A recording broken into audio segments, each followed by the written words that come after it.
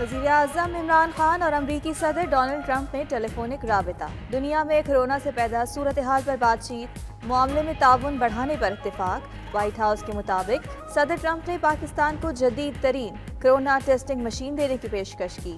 وزیر اعظم کا امریکہ میں کورونا سے اموات پر اظہار افسوس، خطے کی صورتحال اور دو طرفہ امور پر بھی تبادلہ خیال۔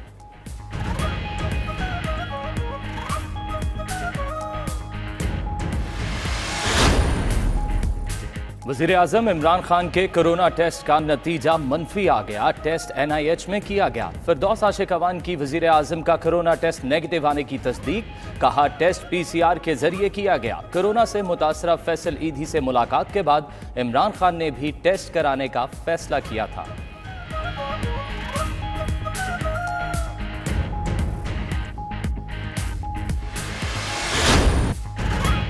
پاکستان میں کرونا وائرس مزید 11 زندگیاں نگل گیا۔ اموات کی کل تعداد 212 تک جا پہنچی۔ 24 گھنٹوں میں مزید 327 افراد میں وائرس کی تشخیص۔ ملک بھر میں متاثرین کی تعداد 10,076 ہو گئی۔ پنجاب میں متاثرین کی تعداد 4,328 ہو گئی۔ سندھ میں 3,373 متاثرین، خیبر پختونخوا میں 1,345 اور بلوچستان میں 495 کیسز۔ ادھر کورونا میں مبتلا بلوچستان کے سابق وزیر مصطفیٰ ترین چل بسے۔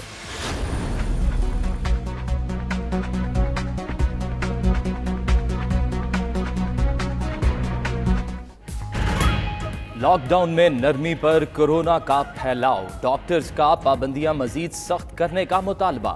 ڈاکٹر سعد نیاز، ڈاکٹر عبدالباری، ڈاکٹر عاطف اور ڈاکٹر کیسر کی کراچی میں پریس کانفرنس، کہا لاک ڈاؤن کے نام پر مذاق ہو رہا ہے۔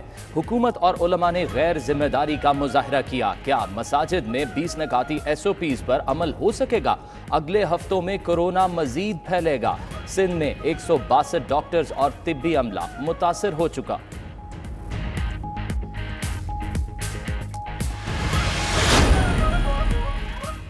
علماء کرام ڈاکٹرز کی حمایت میں میدان میں آ گئے۔ پیر نقیب الرحمان کا کہنا ہے ڈاکٹر سے زیادہ اہم بات کسی کی نہیں ہو سکتی۔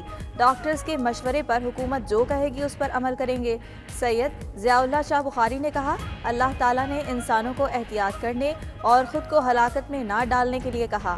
تراویح نفلی نماز گھر میں ادائیگی کے متعلق حدیث موجود ہے۔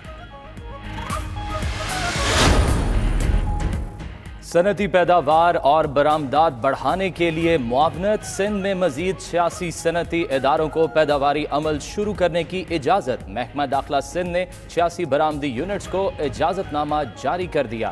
نٹ ویئر، ٹاول مینوفیکچررز، کپڑے اور گارمنٹس کے پیداواری یونٹس کو اجازت نامے جاری کیے گئے۔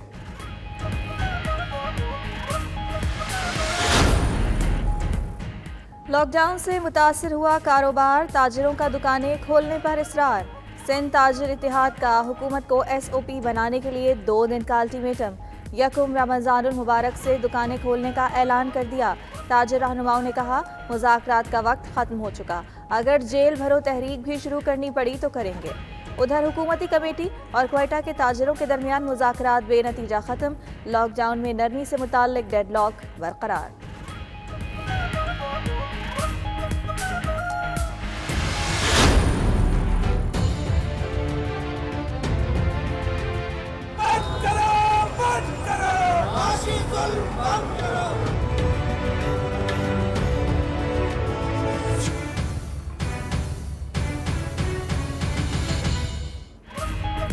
کراچی میں لاک ڈاؤن کی خلاف ورزی پر تاجروں کے خلاف مقدمہ درج۔ 6 گرفتار تاجروں کو آج عدالت میں پیش کیا جائے گا۔ مقدمے میں تاجر رہنما حماد پونا والا، جاوید قریشی، احسان احمد، جاوید شکور اور دیگر نامزد۔ پولیس نے آئرن مارکیٹ کی دکانیں بند کرا دی، ٹمبر مارکیٹ میں کھلنے والی دکانیں سیل۔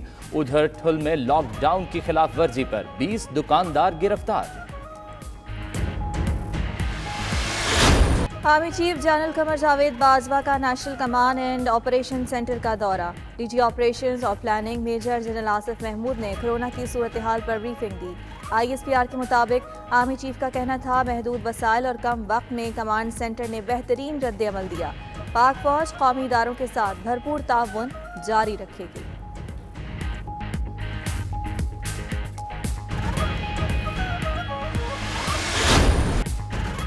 جان لیوا کرونا وائرس کی تباہکاریاں جاری، دنیا بھر میں مزید سینکڑوں جانیں نکل گیا، اموات کی تعداد 1,84,000 سے بڑھ گئی۔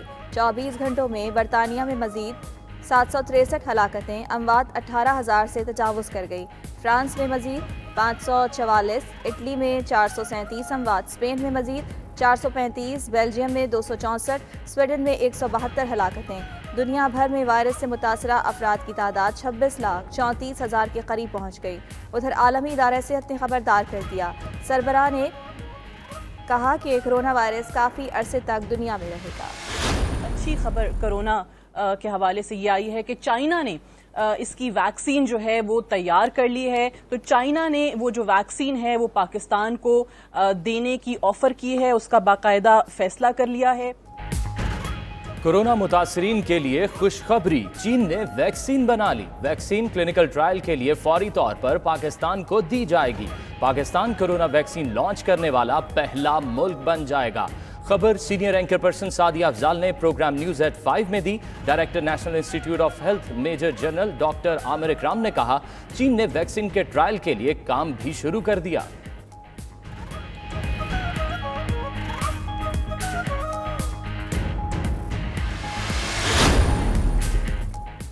رمضان المبارک کا چاند دیکھنے کے لیے مرکزی رؤیت ہلال کمیٹی کا اجلاس آج ہوگا۔ مفتی منیب الرحمان اجلاس کی صدارت کریں گے۔ وزارت مذہبی امور نے سائنس اور ٹیکنالوجی کے ڈاکٹر طارق مسعود کو رؤیت ہلال کمیٹی کا حصہ بنا دیا۔ ڈاکٹر طارق مسعود رؤیت ہلال کمیٹی کے ٹیکنیکل ماہر کے طور پر رکن مقرر، نوٹیفیکیشن جاری۔